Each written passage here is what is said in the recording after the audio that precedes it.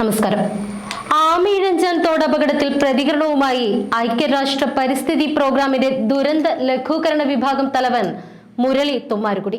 ആമയിഴഞ്ചാൻ തോട്ടിലെ മാലിന്യ കൂമ്പാരങ്ങൾക്കിടയിൽ ജീവൻ വെടിഞ്ഞ ജോയി ഇന്ന് ഓരോ മലയാളിയുടെയും മനസ്സിലെ തീരാ നൊമ്പരമാണ്. അധികാര വർഗങ്ങൾ പരസ്പരം പഴിചാരുമ്പോഴും ഈ അവസ്ഥയിൽ നമ്മൾ ജനങ്ങളുടെ പങ്കും ചെറുതല്ല എന്ന സത്യം വിസ്മരിച്ചുകൂടാ. ഒരു തരത്തിലല്ലെങ്കിൽ മറ്റൊരു തരത്തിൽ ജോയിയുടെ മരണത്തിന് നാം ഓരോരുത്തരും ഉത്തരവാദികൾ തന്നെയാണ്. മാലിന്യ കൂമ്പാരത്തിൽ ജീവൻ നഷ്ടമായ ജോയി നമ്മുടെ മനസ്സിൽ നൊമ്പരമായി നിലകൊള്ളുകയാണ്. ഈ അവസരത്തിൽ വെറും 10 ലക്ഷത്തിൽ താഴെ മാത്രമുള്ള കേരളത്തിലെ നഗരപ്രദേശങ്ങളിൽ എന്തുകൊണ്ട് മാലിന്യ നിർമ്മാർജ്ജനം കാര്യക്ഷമമായി നടക്കുന്നില്ല എന്ന് വ്യക്തമാക്കുകയാണ് മുരളി തുമ്മാരുകുടി. 1 കോടിയിലധികം ആളുകൾ പാർക്കുന്ന അനവധി നഗരങ്ങൾ ഇന്ന് ലോകത്തുണ്ട്.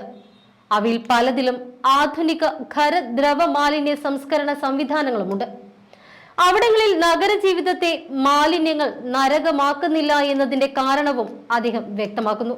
അദ്ദേഹത്തിന്റെ കുറിപ്പിന്റെ പൂർണ്ണരൂപം ഇങ്ങനെയാണ്: മാലിന്യത്തിൽ മുങ്ങിത്താഴുന്ന കേരളം. ഖരമാലിന്യ സംസ്കരണം 19ാം നൂറ്റാണ്ടിൽ തന്നെ ലോകത്ത് വലിയൊരു വെല്ലുവിളിയായതാണ്. 20ാം നൂറ്റാണ്ടിൽ എഞ്ചിനീയർമാർ ഈ വിഷയത്തിന് അനവധി സാങ്കേതിക പരിഹാരങ്ങൾ കണ്ടുപിടിച്ചു. 1 കോടിയിലധികം ആളുകൾ പാർക്കുന്ന അനവധി നഗരങ്ങൾ ഇന്ന് ലോകത്തുണ്ട്. അവയിൽ പലതിലും ആധുനിക ഖര-ദ്രവ മാലിന്യ സംസ്കരണ സംവിധാനങ്ങളുമുണ്ട്. അവിടങ്ങളിൽ നഗരജീവിതത്തെ മാലിന്യങ്ങൾ നരകമാക്കുന്നില്ല. കേരളത്തിലെ നഗരങ്ങൾ പൊതുവെ വൻ നഗരങ്ങളല്ല. 10 ലക്ഷത്തിൽ താഴെ മാത്രമാണ് മിക്കവാറും നഗരങ്ങളിലും ജനസംഖ്യ. എന്നിട്ടും ആധുനിക മാലിന്യ നിർമ്മാർജ്ജന സംവിധാനങ്ങൾ നമുക്കില്ല. വലുതും ചെറുതുമായ നഗരങ്ങളെല്ലാം മാലിന്യങ്ങൾ കൊണ്ട് പൊറുതിമുട്ടുന്നു. നഗരത്തിലെ ജലപാതകൾ ശുദ്ധജലമൊഴുകുന്ന ധമനികൾ എന്നതിനപ്പുറം മാലിന്യമൊഴുകുന്ന ഓടകളായി മാറുന്നു. അതിലേക്ക് വീണ്ടും വീണ്ടും ഖരമാലിന്യം വലിച്ചെറിയപ്പെടുന്നു. ഒരു മനുഷ്യൻ അതിൽ വീണാൽ പോലും വീണ്ടെടുക്കാൻ ബുദ്ധിമുട്ടുന്ന തരത്തിലേക്ക് അത് മാറുന്നു. ഇതിന് പല കാരണങ്ങളുമുണ്ട്. നഗരജീവിതത്തിന്റെയും നമ്മുടെ ഉപഭോഗത്തിന്റെയും യഥാർത്ഥ ചിലവ് വഹിക്കാൻ നാം തയ്യാറല്ല. അത് തന്നെയാണ് ഇതിന്റെ അടിസ്ഥാനമായ കാരണം. പകുതി ചിലവ് പ്രകൃതിയിലേക്ക് മാറ്റുകയാണ്. പ്രകൃതിക്ക് ഉൾക്കൊള്ളാവുന്നതിന്റെ പരിധി കഴിയുമ്പോൾ അത് വായു മലിനീകരണമായി, പനിയായി, കൊതുകായി, പട്ടിയായി നമ്മെ തിരിഞ്ഞു കൊത്തുന്നു. നമ്മുടെ ജീവിത രീതിയുടെ യഥാർത്ഥ ചിലവ് വഹിക്കാൻ നാം തയ്യാറാവുകയും ആധുനികമായ മാലിന്യ നിർമ്മാർജ്ജന പദ്ധതികൾ നടപ്പിലാക്കുകയുമാണ് പ്രതിവിധിയെന്നും പറഞ്ഞുകൊണ്ടാണ് അദ്ദേഹം അദ്ദേഹത്തിന്റെ പോസ്റ്റ് അവസാനിപ്പിക്കുന്നത്.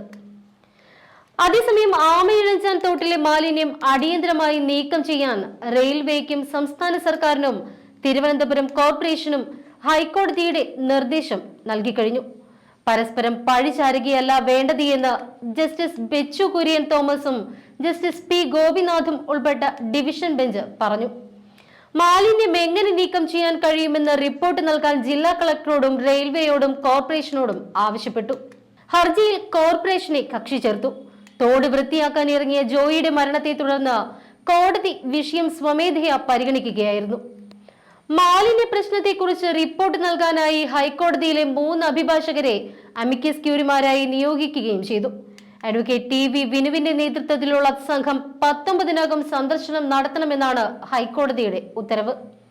ഇവരുടെ പ്രതിഫലമായ 1.5 ലക്ഷം രൂപ റെയിൽവേയും സർക്കാരും കോർപ്പറേഷനും കൂടി വഹിക്കണം.